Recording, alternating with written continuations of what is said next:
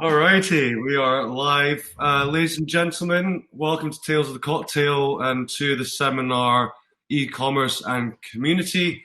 Thank you very much to the Tales of the Cocktail Foundation for sponsoring our seminar today. And just so you guys know, guys and girls know, we will be leaving some time at the end to do the Q&A. So get your questions ready, post them on the right-hand side over here, and we'll try our best to answer as many of them at the end. But without further ado, I just want to introduce this stellar panel we have in front of us today. We've got the wonderful Tess and the wonderful Mo. And also, ladies and gentlemen, give a virtual round of applause. This is Mo's first ever Tales seminar. Obviously, the veteran. Yes.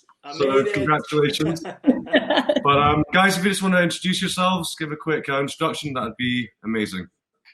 Cool. All right. So guys, I'm Tess Posthumus. I'm based in Amsterdam, the Netherlands. I'm the owner of Flying Dutchman Cocktails and the recently opened Dutch Courage, both two cocktail bars in the city center. Besides the cocktail bars, I am the co-organizer of Serve Bar Show every year in May. This year, hopefully in November. Amsterdam Cocktail Week, and I do a lot of freelance consulting jobs. So I write. I have published 2 books, working on my 3rd. I make menus, do trainings, all sorts. Yay! Hey guys, my name is Mo Aljaff. I'm a schmuck. I'm the owner and founder of 2 Schmucks in Barcelona. And yeah, I've been working on being in this nightlife industry for ever since I became 18 years old. And we are currently trying to survive out here in Barcelona like everyone else. So yay. Thanks. Yeah, and I'm Iain McPherson. I'm tuning in from Edinburgh, Scotland. Yeah, and you've got some amazing bars like Panda and Sons, Hoot the Redeemer, and Nauticus, and also on the education committee for Tales of the Cocktail. So let's get to it, ladies and gentlemen. I guess we're all here to learn a bit more about e-commerce and community and just how to survive and what we've done. And you've got some good insights coming up here. So the first question I was going to ask, and I'll start with you, Tess, is, how did you incorporate e-commerce during lockdown? And was it something you were utilizing for your business before? Yes and no. So e-commerce, let's split it up, divide it a bit into delivery and takeaway, but ordered through apps and applications, and e-commerce ordered online and delivered by postal service, because we do both. And the first one through, we have Deliveroo and Uber Eats, so it's the delivery service. We used to do already. It was just more of a gimmick, so we didn't really do it. It was, I think, 2 or 3 orders per week, just to have an availability of cocktails, to be able to claim to be the first cocktail bar ever in the Netherlands to do takeaway and delivery cocktails. So we wanted to fine-tune it a bit more before we would go all in. But it never happened, and it just stayed kind of like a gimmick. And then Corona hit. So the lockdown was imposed with us. Yeah, Corona. Our big friends showed up. And in the Netherlands, in Amsterdam, the lockdown started the 16th of March. And thankfully, we already were live with all those Deliveroo and Uber Eats apps. We already had some idea of how we wanted to package the cocktails. But we went back to the drawing board, finalized it a bit more, made it a bit more pretty, a bit more effective and efficient, and then went full out with press release and everything. So we were quite quick from being on lockdown to being able to sell to go and delivery cocktails. Very traditional by bike. I don't know how it's over there with you guys, but by e-bike and sometimes scooter. The other side, what we do is very new. So Timo is my business partner. We've been a lot of the times thinking about, one day we'll have a web shop, because we do a lot of things on the side, Timo has his own cocktail cherry, Revolution Cherry, which he makes every summer and which he sells. And I write, so I have a lot of books to sell, but also my own line of bar tools. So it made sense to make a web shop one day, to sell all our products and maybe expand with more products and gift cards and workshops, all those for the bars. So Corona was the perfect opportunity because we needed to make revenue to cut costs and to cover costs. So we started doing a web shop. The things we sell on the web shop, we're gonna, I think, dive into a bit more in further detail later on. But it was a very new endeavor for us. So it was quite a task to build the website.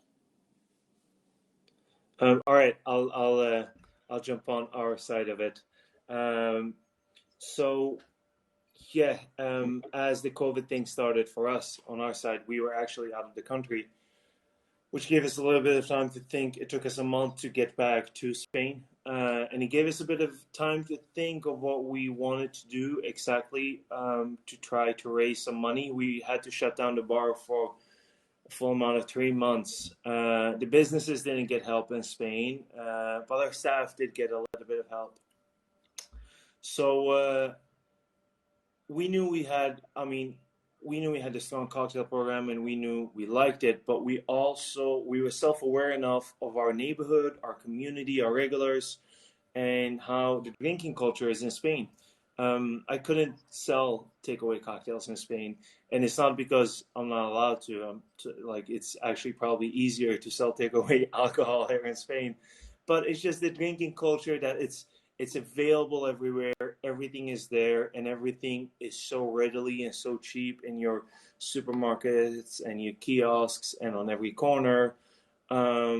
So some people here in Barcelona would maybe buy it from you to help out, but it wouldn't be something sustainable for us.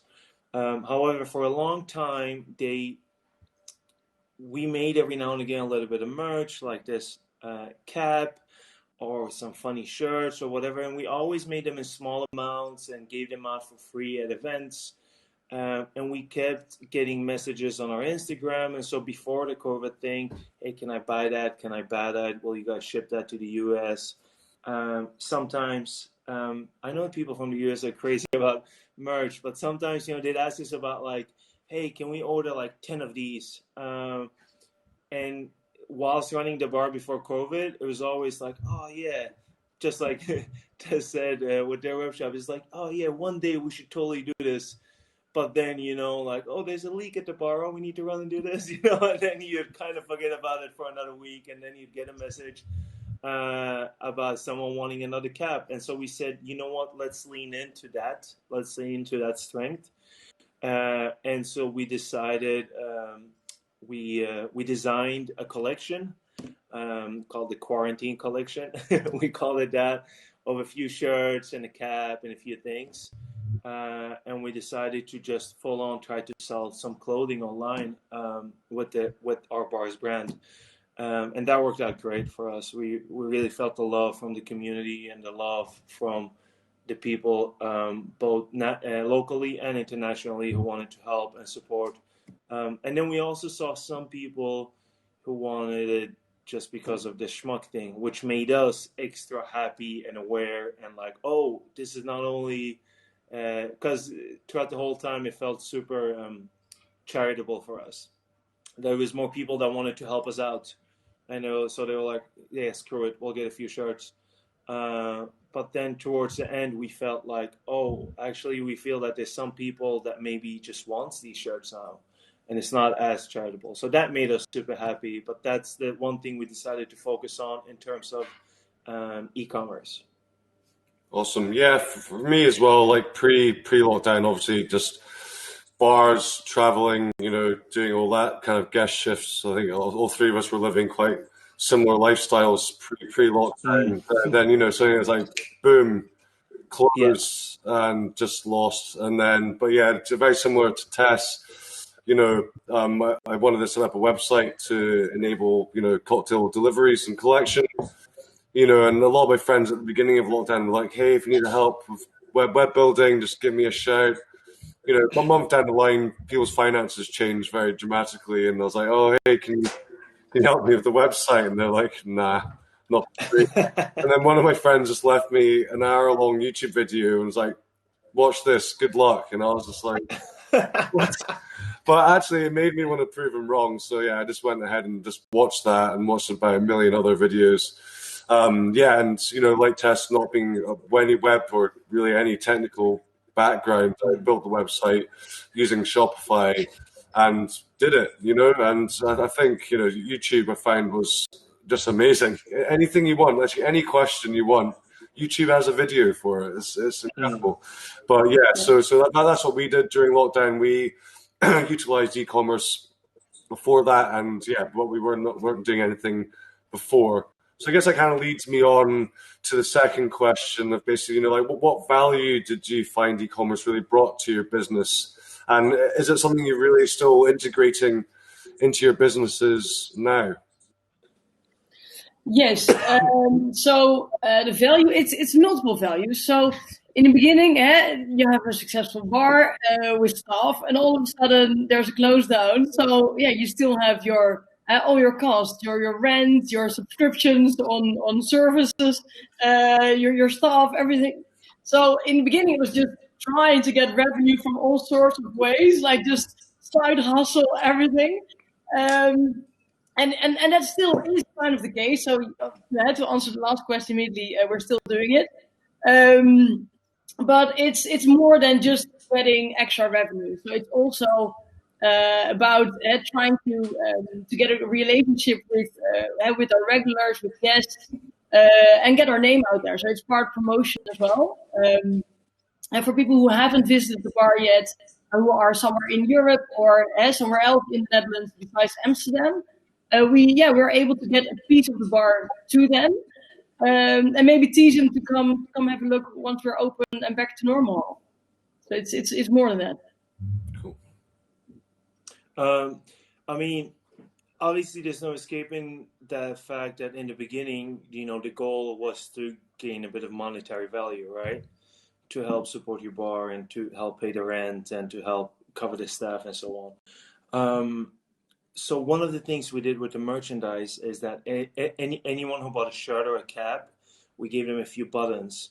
And it was, you can come in and you can switch this in for a cocktail. And then on the website as well, for people that didn't want to buy shirts, we sold this buy now, drink later buttons. So it was basically, you could buy 2 buttons for 12 euros and you would get 1 cocktail for buttons. So you'd get a cocktail for 6 euros. The value that we saw as soon as we reopened in July was that a lot of the people who had bought those buttons locally, they all came in and used them, and we were like, all right, that was awesome. So we got a wave of all these people that got these buttons, and we're sitting on them throughout the quarantine, and then they came in and they all started coming back to the bar. For us, though, there's no escaping the fact that, holy crap, we managed to cover our asses by selling the merchandise, and we still got people to want to help us support us by getting our brand and you know, having our brand, you know, putting Schmuck on a cap for me was like something that was like, yeah, well, my brand is Schmuck, so of course I'm going to put Schmucks on it. But then seeing people wanting to buy that and wanting to wear it and take selfies with it and things like that, that made me like, oh, that felt a lot more valuable for us, and a lot more valuable for the brand. And I'm sure that in a year from now, when we're out of this and we're not thinking about how we're going to pay the next rent, that's what's going to matter more. But obviously right now, it's like, phew, I'm happy we could pay the rent and pay the bills on time this month. Yeah. So yeah, definitely. I mean, maybe a good idea for you guys to type your websites on the chat there, so people can have maybe a little look at what you guys are doing and maybe even buy some of your merch or your cocktails. For sure. I mean, that's one thing we're continuing to do with our website is we are doing it, but we've kind of winded it down a little bit. But we're now looking to change it, so as opposed to necessarily doing deliveries and collections. We're trying to change it to be more of a national and international shipping, and really kind of upscale on the kind of merchandise and the kind of longer shelf life cocktails that are stable for travel and that can keep in room temperature for months, you know. So that's what we're kind of refocusing our website to do now. And I guess also, like, you know, we've gone through these phases, you know. You start the new business and, you know, that's your only kind of focus during lockdown because there's nothing else you can do. The bars are closed. I mean, what did you find during reopening that was most difficult to adjust or refocus? You know, you're having to reopen the bar, yet you've got this kind of cocktail deliveries or merchandise shipping job as well. I mean, what were the difficulties you guys found during this? Well, just storage space mainly, because everywhere we're a bar, a very small bar. The second bar is also a very small bar because square meters are very expensive. So we have small storage spaces, and we do have an office somewhere else, which is a bit more storage space. But then, yeah, if it's to go and delivery, it needs to be able to be prepared à la minute by the bartenders to be picked up. And just to explain a bit more what we do on the website, on the e-commerce side, is we make cocktail packages. So every week we create 3 cocktails. It's always a surprise menu. One a bit on the fruity side, one bit more sour, and one more classic strong drink. We make a little menu with explaining the cocktails a bit. But it's always a surprise. And in the beginning, this was very handy because it was a way for us to have a look at our storage and to see what kind of spirits, liqueurs, syrups are left over. What can we use or overstock of? And eventually, it was something that we could collaborate with brands with. Had to get some sponsored bottles to cut down the cost of the packages a little bit, maybe. So every month we get together, we create those 3 drinks, and then on Wednesday we have prep day, and we batch all the cocktails and we ship them out by post. So yeah, it was the bar. We rebuilt it into a big production center. It was like a big machine. Eventually, we had like 3 fruit dryers to make all the garnishes, and like vacuum bags everywhere, aluminium foil. Like it was production center. And then June 1st came, which was for us the date that we could reopen. And yeah, the small bar needed to become a bar again. Well, there was, of course, some rules and regulation for Corona. So it was 1.5 meters between tables, which is more space than we would normally give people. So there was a bit more space. But we could store some things in between. So we had like very, very sneaky furnitures where we packed all the vacuum bags inside or were able to put the vacuum machine on top. But it was a lot of rearranging. And on top of that, we put all the prep stuff in Flying Dutchman.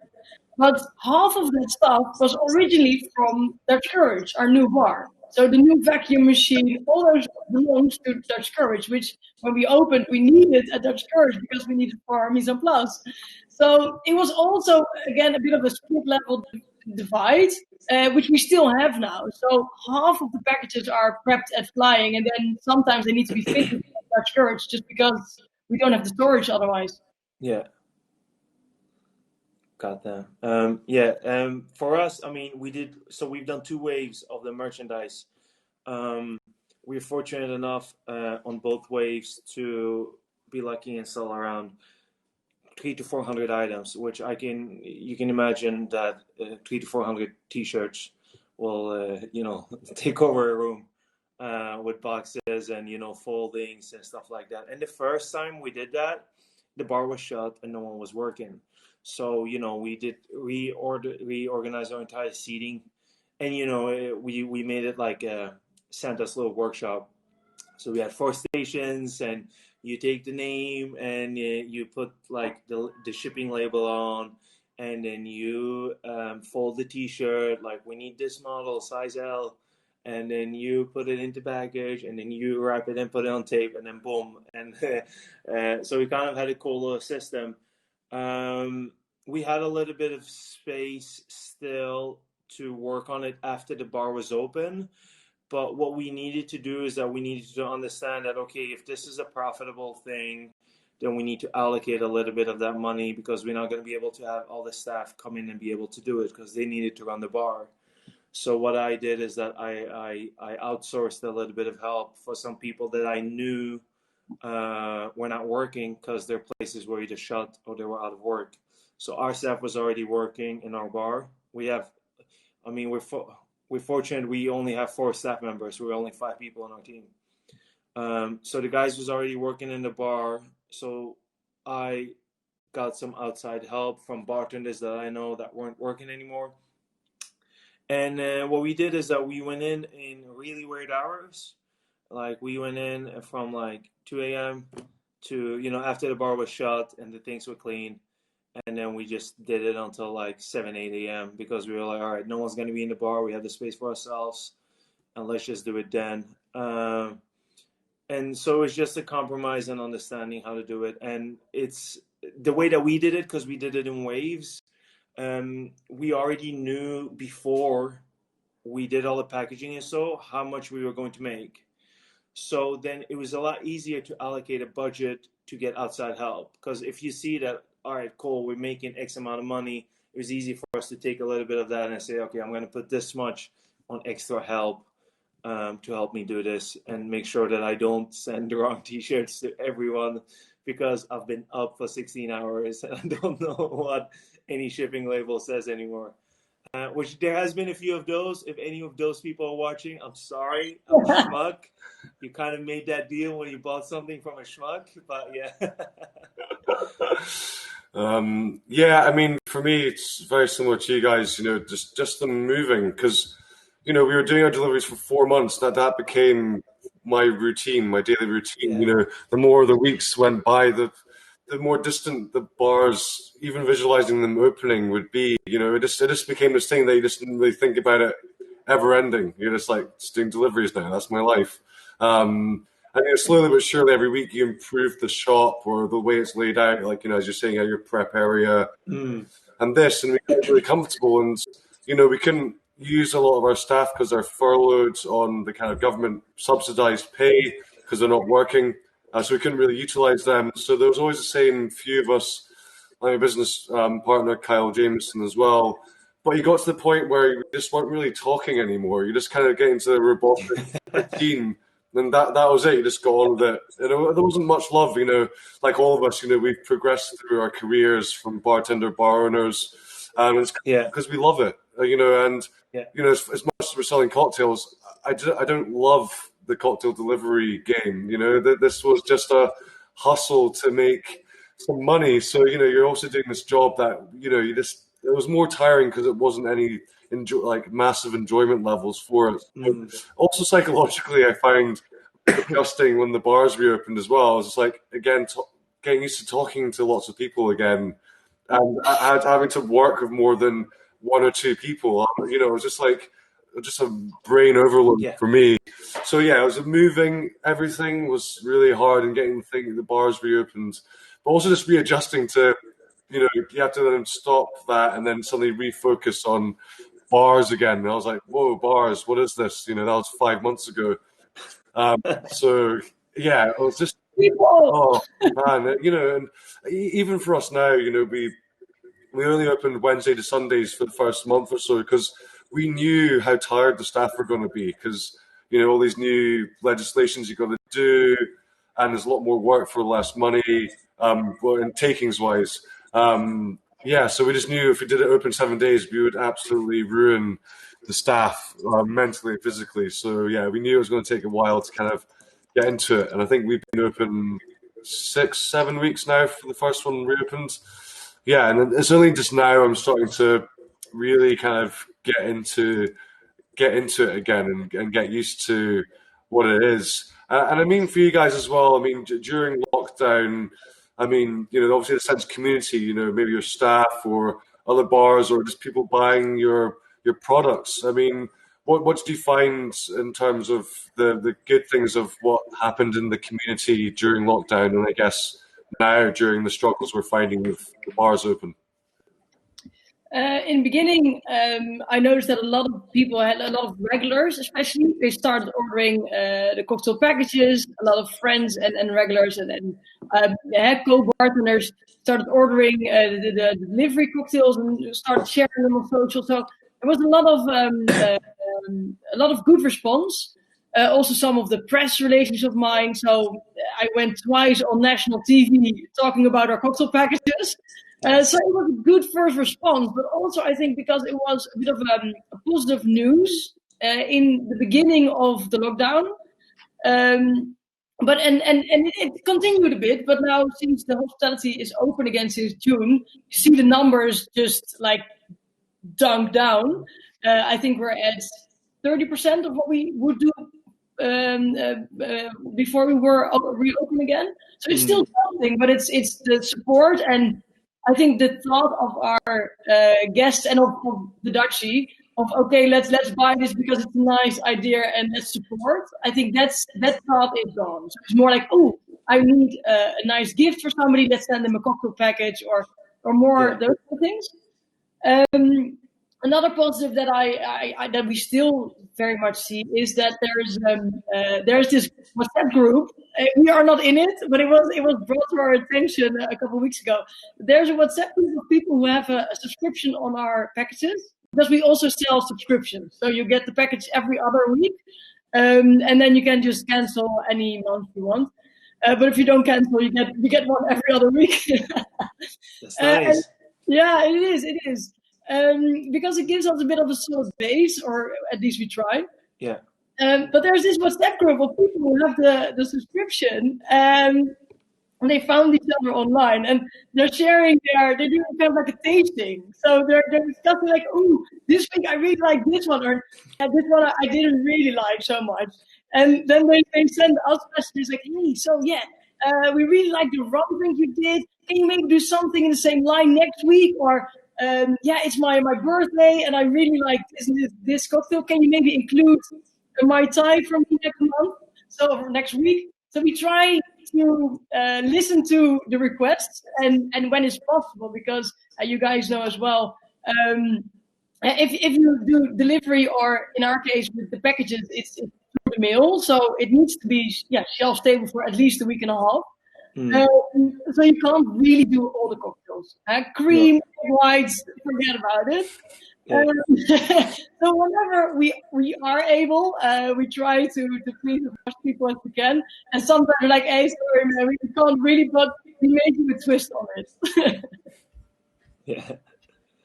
Hell yeah, man. That's awesome. That's kind of like you getting bar banter, but over WhatsApp and over time. Kind of like, hey, can I do a request, please? Yeah, it's good. And we also include like personal handwritten messages. So always that's cool. A standard one, but people can order for somebody else as a gift, for instance. And then we write a message, whatever they want. So we try to make it personal, and we try and make it a nice gift. So people keep giving the gift. Nice, man. Hell yeah. I mean, for us, we basically, obviously the response in the beginning was absolutely crazy. Everything from the absolute beginning when everyone was, shut down in China before anyone else. And then as soon as the rest of Europe had to shut down, immediately Chinese bartenders and bar owners were saying, hey, here's how we did takeaway.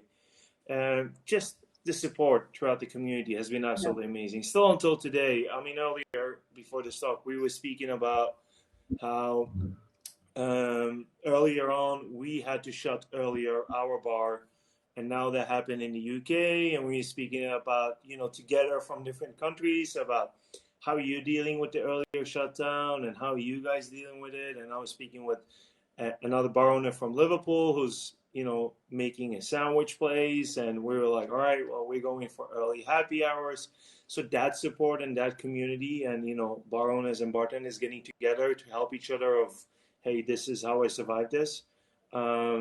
That's incredibly cool, and we've quite enjoyed that. It just feels that everyone is trying to be there for each other.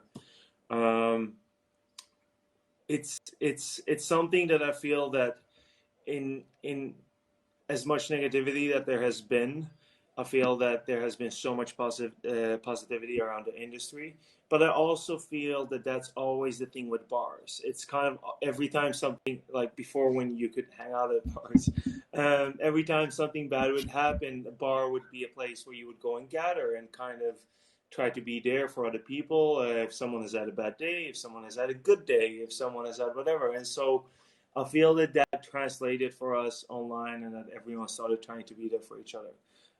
That was cool, and the way that we saw that people have come together and tried to support their locals wherever they are in the world. That's been absolutely cool to see. That's something for me that I've loved seeing by this community and this industry throughout all of this. That's been absolutely amazing. I totally agree on that, and especially on in the beginning, it did hit Asia and especially China hard and first. And I really love what the guys from Hope and Sesame did. They made like this package online of like, okay, guys, this is how we did this, and this did work, this didn't really work, and maybe you want to try this. So I really, really loved how the community got together and shared, like, okay, we're trying to tackle it from this side. Maybe it also works for you. Yeah, well, one thing that we found is obviously our platform wasn't just for our bars. We basically created a platform for all the local breweries, distilleries, and the bars here. So what we found is we kind of created this really nice online community and a lot of amazing skill sharing. So obviously I learned a lot about web design, web building, and e-commerce. But then one of the other bars were really good at designing cocktail labels. So then they were offering to do all the other bars that joined up. They would help doing their labels for them. And then, we were teaching another bar how to do carbonation. So it was a really cool community where everyone had their own kind of skill sets and they were just skill sharing, and we were all doing it together. And I found it amazing because, it's quite lonely when you're trying to survive, and, it's just completely unprecedented what we're all going through. But then feeling that there was other people in this kind of community, other bars, breweries, you felt you had that they had your back, you felt more supported through this, which kind of made it a bit easier for us as well. And I guess also talking from all your experiences now, talk about maybe things you've learned about e-commerce or things about cocktails. I mean, what are the kind of, the things you've really learned a lot from and also realized didn't work with what you guys were doing during the past 6 months? Things that I am a bit weary of is gift cards, because we do have them, we do sell them, but it does come back. And if they come back too early, for instance, now we're open, but we're really, the revenue is shit, to say the least. I'm Dutch, I can swear a little bit. So if like we did sell a lot of gift cards, and every time somebody comes in now, and we only have like 5 tables, if one of those tables only uses the gift cards, it's like, damn it, I wish I could sell that table to a new guest and then spread out the gift cards till next year till we have a cure. So I'm a bit. We do sell gift cards, but I'm a bit so-so about them. What I noticed works very well is the packages, also because it's a nice gift. So we try to do a lot B2B, to access companies to get from us the X amount of cocktail packages, ship them to their key accounts or to their staff, and host a virtual Zoom Friday drink session with our cocktails. What we also sell now, and what we're going to push even more towards the holidays, are Zoom trainings and Zoom workshops. So we provide the cocktails by postal service, and then from Zoom behind the bar, we do the workshop so people can follow, learn a little bit. They can take it themselves at home if they want to, and otherwise they have the package to have to try the finished product. So it's I think trying to work on our strengths, which is cocktails, education, and getting people together and having a good time, I think. So for us as Flying Dutchman, it's yes, the cocktail books and the bar tools are nice to sell, but it's not per se our strength. I think our strength is education and talking about the cocktail packages, and trying to get people to order them more. Yeah, I find the gift cards, we've got them as well because we realized again a lot of people are buying mostly for other people. But now, whenever we're trying to get maybe close the website for like an update or something, we can't because they haven't purchased it yet. So you feel that they're going to complain that, hey, I can't buy anything because I bought the gift card. So I find it was good when we were just going with it, but now I want to close the website for like a month just to rebuild it. We just can't really because there's so many gift cards out there that haven't been used yet, and I'm just like, they need to be cashed in. Yeah, go for it, Mo. For us, I feel that the one thing that we realize that we definitely gonna take in consideration moving forward is when you sell things like this online, is that I don't think you get to decide what will work and what won't.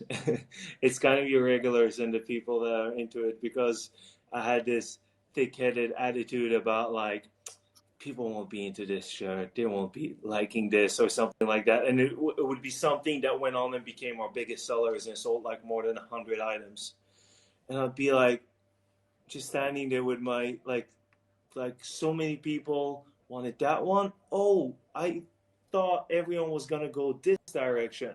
So we learned that really a lot, that okay, we just have to put it out there, and then whatever they decide, as long as we do something out there. That was something that we definitely started learning and understanding by doing this. Especially, I mean, usually when it's in a bar, you get a feeling.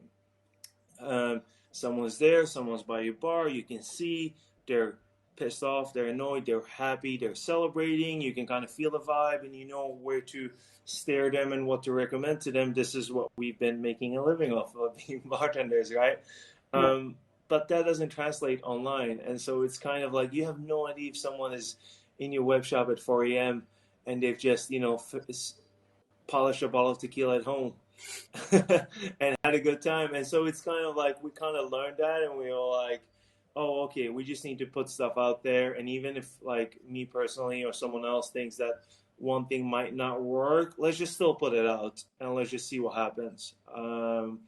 And more often than not, we got surprised in what sold the most and what didn't.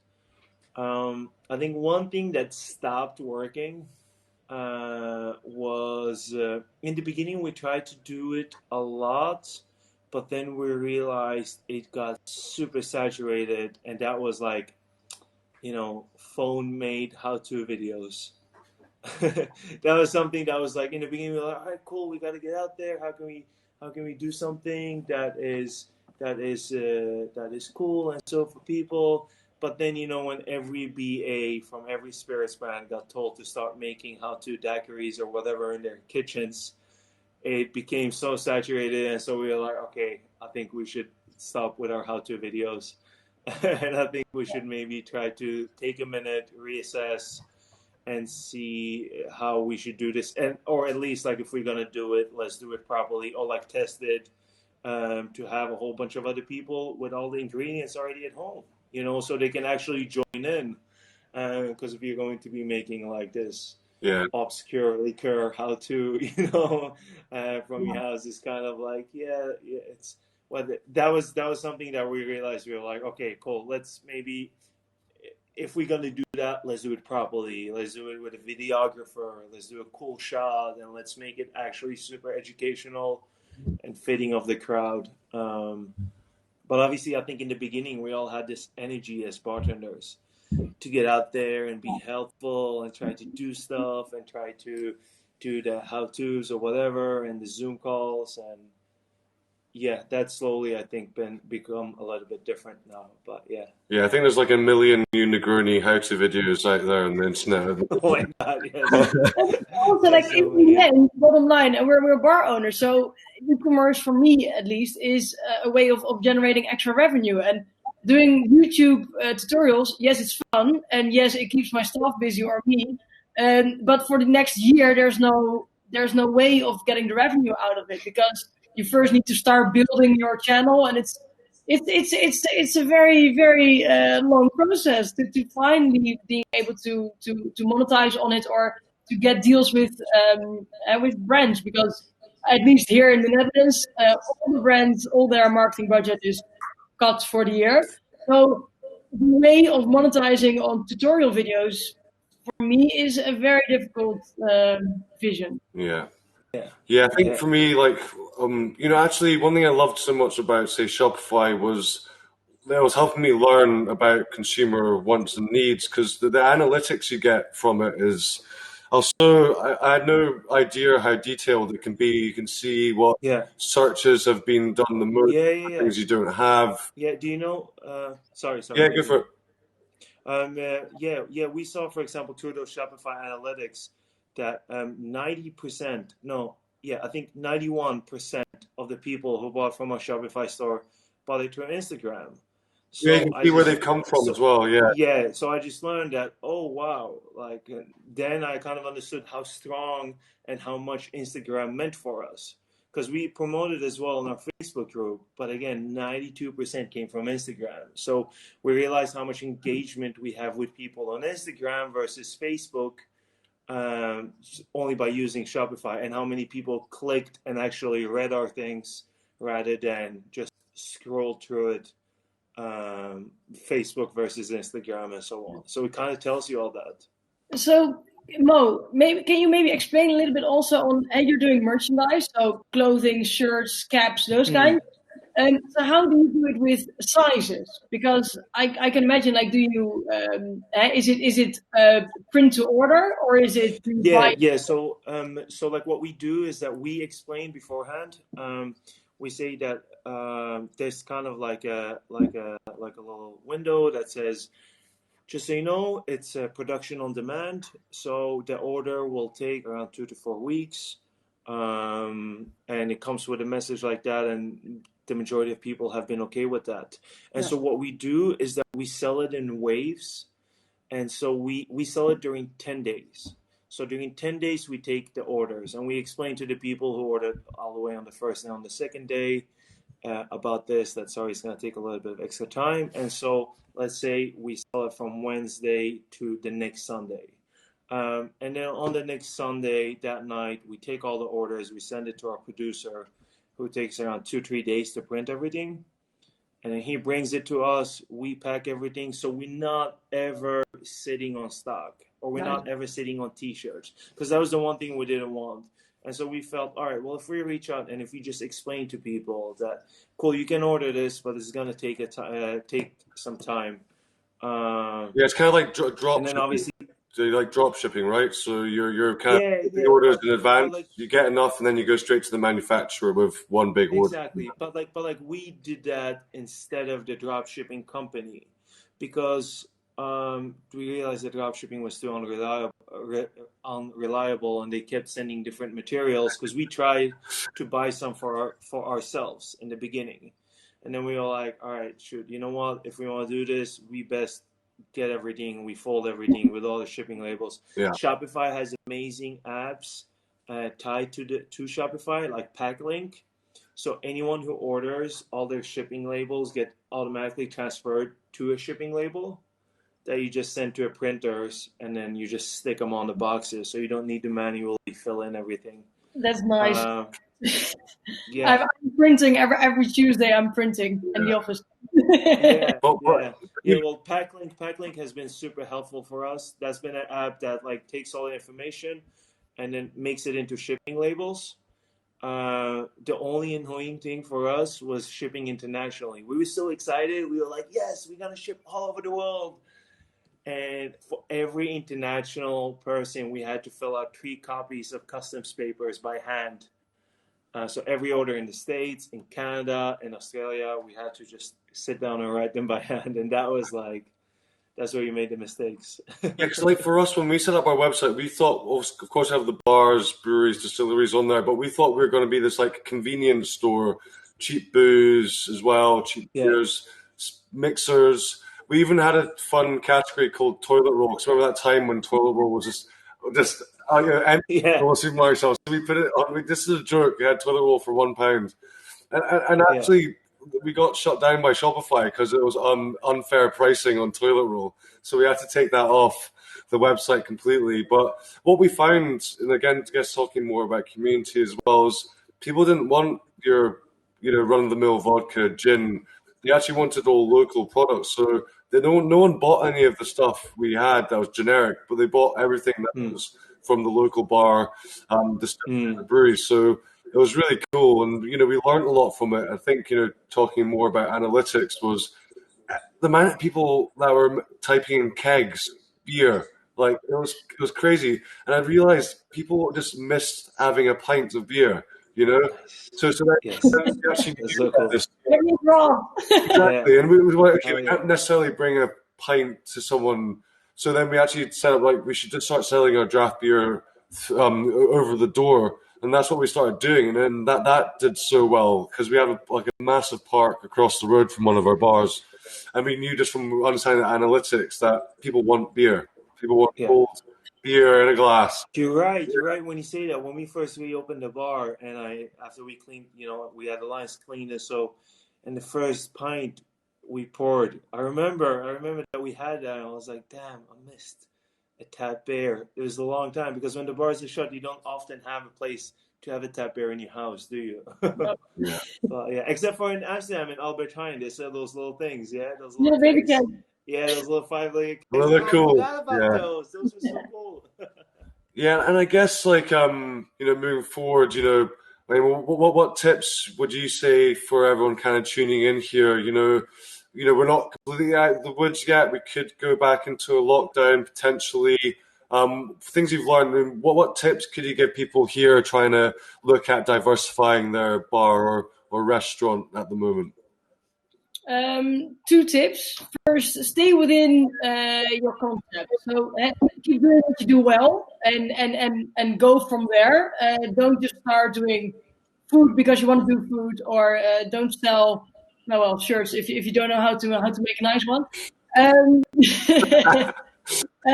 But more importantly, I think, and this is kind of against what I'm saying, is also put your eggs in multiple baskets because you never know what's going to take off. And even though they might not take off, but they just generate a little bit, together they will probably, hopefully, cover the cost you have. Okay. Yeah, I mean, I would agree a lot with Tess. I would say that definitely lean into your strengths. If you're a bar who's made you super focused on your cocktail, you perfected the cocktail, and that what everyone has gotten to know you for, then 100% cocktails will be your go-to, right? If you're known as the fun-loving bar and easygoing bar, and people know you, then fun stuff, party packages, that kind of stuff. If you have a call and you trust in your brand and people want to buy some merch, try that. But going into another tip is definitely look at it as the way I got to explain it to me, and this changed my mind in the beginning of this, is look at it as that your bar, your business is the stem of this tree, and it's a perfect time to try to grow these different branches, right? To see which one becomes the biggest. And again, you don't get to decide. One of them might just take off, and you have no idea how and when. But at the end, I think the market decides. And sometimes you do something weird and obscure, like T-shirts and caps, and then all of a sudden, that's what makes sure that all of our staff got paid throughout the quarantine, and that we could pay our rent in time. And that for me was really weird. I was like, we really made that on T-shirts, but I didn't believe in it. But I learned that you don't get to decide. You just try to create these different little branches, whether it's media, whether it's and even if you can't get monetary value in media at the moment, media marketing value is always something that is great and will be great for you in the future, both you personally and your personal brand. So whether you develop your media and then you develop your brand through merchandise and your cocktail delivery, and now you're going to reopen your bar and you already have these branches up and going, and you already know about them, and you can keep on developing them, instead of just staying shut and paying the rent and waiting until you're allowed to function normally again. Because I have a guess that we won't be functioning normal anytime soon. Yeah. I have another one, a third tip, an actual tip, Yes. is spread the word. So if nobody knows about it, they don't order. So post on social media. And after a couple of weeks, I thought like, okay, so I've told multiple times that we do cocktail packages, and still people didn't know, even people I know very well. So even if it starts to feel a lot for yourself, it's not enough yet. So keep telling them that they can order and what they can order, how they can order. Make it very easy to order. So don't use page after page after page before they come to the, okay, I want to buy this button. Make it as easy and quick as possible and spread the word. So use all your social media accounts. Ask your staff to reshare and repost. Yeah. We hit our local market so we created an early happy hour because we had to shut our bar earlier, and we did an early happy hour because of that. Tried to get people in earlier, and we we targeted the local market with sponsored ads through Instagram and through Facebook. 15-second video, only text that just said the deal. This is what we're selling. This is how much we're selling it for. And we run that 2 weeks every month. So we kind of run the ad. We have a budget for it for like 100 or so euros. Sponsored ads, by the way, on Instagram, Facebook, they're so undervalued at the moment for the amount of people that gets to see it, the amount of views, and so that you get in your local city. And yeah, we do that 2 weeks every month, and we just keep it on repeat. And then every month we do it, there's a new way of people that have seen it and come because of it. So that's actually, I 100% agree with you, Tess. Definitely keep on, like, people forget, and people sometimes just don't see because of whatever. Yeah. So just every now and again to keep reminding everyone. Yeah, I find as well now is like people are a lot more organized now because when you're in lockdown, you have so much time in your hands, you just plan everything. So we really thought we were going to get this like late rush because obviously here you can't buy alcohol past 10 o'clock. So we thought we would get this like crazy mad rush at like 9:45. We're like, oh no, we need booze and call. But that never happened. People were ordering for their Friday nights or the Saturday nights on Monday. Everyone was getting so much more better at their planning. So we've realized that as well. It was like, you're not going to get those like necessarily on the whim kind of purchases unless you're kind of a person-to-person sale.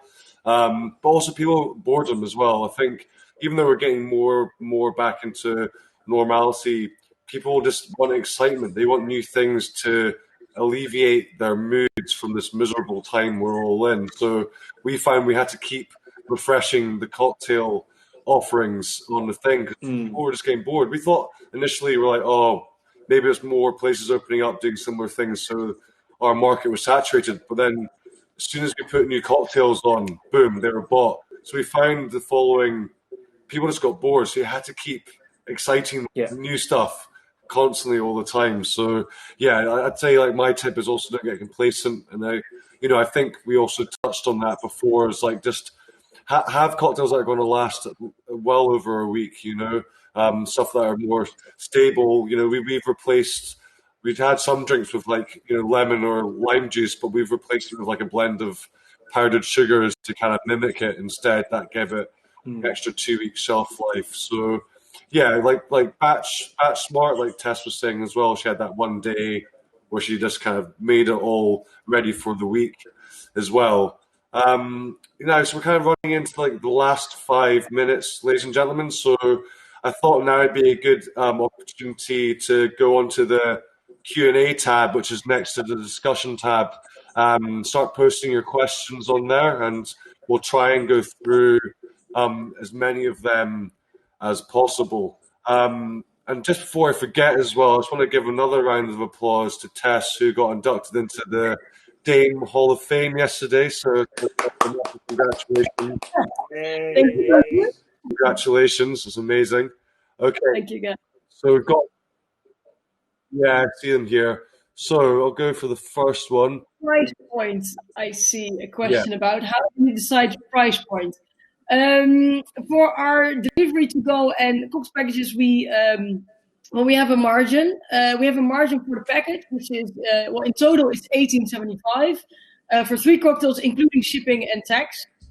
Shipping for Netherlands is €4. We on average like 80 cents for packaging. So it's quite cheap for cocktails, for 3 cocktails. And we don't calculate it per cocktail. So we make the cocktails every week. So one fruity, one sour, one strong. So a lot of the times the strong has a lower margin or a worse margin than one of these two, just because there's more booze in there. But they balance each other out. So on average, the margins are set. We calculate a little bit of a worse margin than we would normally do in the bar. Because there's less staff involved because it's a batch instead of a made out of a minute cocktail for you. It also includes none of the service and the free nuts you normally get. So it's a cheaper margin. Also because I think otherwise people won't buy it. So it was a bit of a finger feel and a cost calculation. For that question about the business owner who's never dabbled in e-commerce, what are the first steps? So I think both me and Ian has used myshopify.com. The great thing about that site is that you get the first month for free to just play around, design your site, do whatever you want with it. And it's honestly, I found it to be more or less as easy as creating your Facebook site. You get a little cover, you get to decide the buttons, you get to decide exactly where everything's going to be, your pictures and so on. And within that month, you can find a way to, find a few YouTube videos, ask a few friends, get to know it completely before you start paying the Shopify subscription, which, by the way, is €29 a month. So if you're paying for a Shopify, you can, if you're paying for Spotify, you can pay for Shopify. Basically, that's how we approach it. I just literally went in and I registered, and then I just sat down an afternoon with a big pint of coffee, and I just went through everything on the site and what does this do and what does this button do and what does this do until you felt that you had a bit of control over it. And then you can just do something that will align with your brand, because when you can choose themes, you can choose the fonts, you can choose the pictures, until it looks like something that looks like the menu of your bar or something that's, aligns with your brand visuals. I didn't use Shopify because we already had a web shop, and I wanted to incorporate the web shop into the website we already had because it's already printed on all the business cards and all the menus and everything. So I just made YouTube and Google my best friends and found a program which I could implement on the site and rebuild into the website we already had. So it's kind of like a website in our original website that includes the website. Yeah, I mean, I just posted a video that this web designer sent me. So, watch that from there and you're good as gold.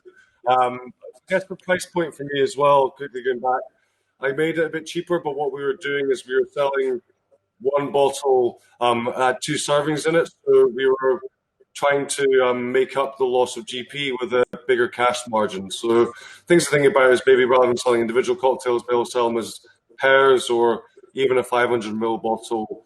But again, at this point, if it's not working, you have to then keep lowering it slightly to find the kind of breaking point. But, it's not, I found we were kind of treating it like 15-20% cheaper than what we were selling in the bars.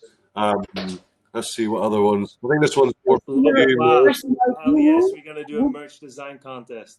Yeah, we should definitely do that. For Logan, we saw the one that Turkey and the Wolf did. We're actually massive fans of Turkey and the Wolf.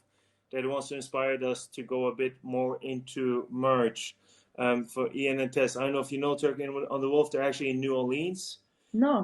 They're one of the coolest, awesomest restaurants. Just a bunch of really amazing chefs who decided to open a sandwich spot in New Orleans.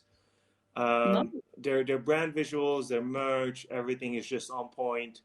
I was following them a lot, and they doubled down as well and sold a lot of merch. And then that's when we decided, all right, let's do that as well. And they did an amazing merch design contest. Which thank you for giving us that idea. I want to touch on the WooCourse and the WordPress site question. I've used WordPress in the past a couple times. Really like it. So if you're working on WordPress and you know how it works, I would not recommend going to Shopify, because I think there are a lot of nice apps that integrate nicely with WordPress. So just keep doing your WordPress thing, and there's a webshop format for almost every kind of click and build website programs at the moment. Okay, ladies and gentlemen, that is unfortunately coming to the end of our e-commerce and community seminar. Just want to say a massive thank you to Tess and Mo. And for everyone more questions out there, please just message us. We'll happily try and answer as many of the questions as you can. You can get me on Instagram or Facebook or whatever, or send messages to Tails and they can relay it to us. But enjoy the rest of your Tales of the Cocktail. There's many great seminars to come today. Sending love and see you guys. Love you guys. And guys, any questions? I'm putting my hand up here, so just reach out for any additional questions. Yay! Thank you, and thank you for having me for my first ever Tales talk. Yay! See you guys.